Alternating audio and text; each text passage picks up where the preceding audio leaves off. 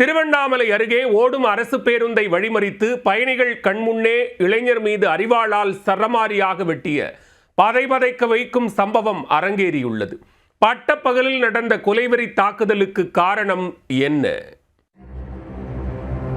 திருவண்ணாமலை மாவட்டம் ஆனந்தல் கிராமத்தைச் சேர்ந்தவர் சிவசங்கர். சில ஆண்டுகளாக திருப்பூரில் தனியார் நிறுவனத்தில் வேலை செய்து வந்த இவர் வேறு ஒரு வழக்கு தொடர்பாக நீதிமன்றத்தில் ஆஜராவதற்காக திருப்பூரிலிருந்து அரசு பேருந்தில் திருவண்ணாமலை நோக்கி வந்ததாக கூறப்படுகிறது. பேருந்து தண்டராம்பட்டு அடுத்த குளமஞ்சனூர் நாளல் பள்ளம் பகுதியில் சென்று கொண்டிருந்த போது இருசக்கர வாகனங்களில் பின்தொடர்ந்து வந்த மர்ம கும்பல் ஒன்று திடீரென பேருந்தை மடக்கி வழிமறித்துள்ளது. கையில் அரிவாள் உள்ளிட்ட ஆயுதங்களோடு பேருந்துக்குள் ஏறிய மர்ம நபர்கள் நேராக சிவசங்கர் அமர்ந்திருந்த இடத்திற்கு சென்று அவரை சுட்டு போட்டனர்.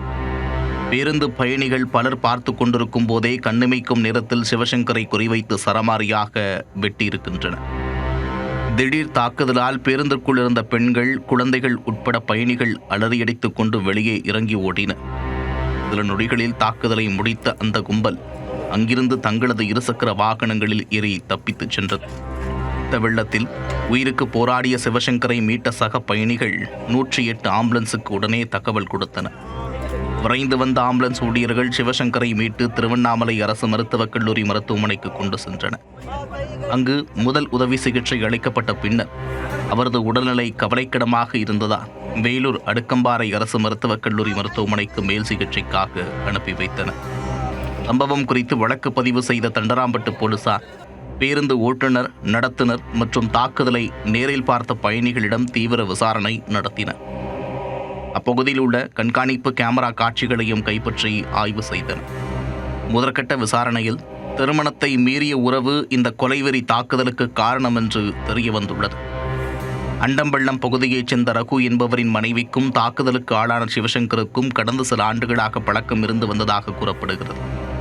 இருவரும் ஒரு கட்டத்தில் ஊரை விட்டு வெளியேறி திருப்பூரில் தங்கியிருந்ததாக தெரிகிறது. இந்த விவகாரம் சமீபத்தில்தான் ரகுவுக்கு தெரிய வந்துள்ளது. ஆத்திரம் தலைக்கேறிய ரகு தனது கூட்டாளிகளோடு சேர்ந்து சிவசங்கரை தாக்க திட்டமிட்டுள்ளார். சிவசங்கர் நீதிமன்ற விசாரணைக்காக திருவண்ணாமலை வருவதை முன்கூட்டியே அறிந்த ரகு உள்ளிட்டோர் பேருந்தை தொடர்ந்து கண்காணித்து வந்துள்ளனர். குறிப்பிட்ட இடத்தில் பேருந்தை மடக்கி தாக்குதல் நடத்தியிருப்பது விசாரணையில் தெரிய வந்துள்ளது. தாக்குதல் நடத்தியவர்களுக்கு உதவியாக சிலர் பேருந்திலேயே பயணம் செய்தார்களா என்ற கோணத்திலும் போலீசார் விசாரணை நடத்தி வருகின்றனர். இந்த வழக்கில் ரகு உள்ளிட்ட சிலரை பிடித்து போலீசார் விசாரணை நடத்தி வருவதாக தகவல் வெளியாகியுள்ளது.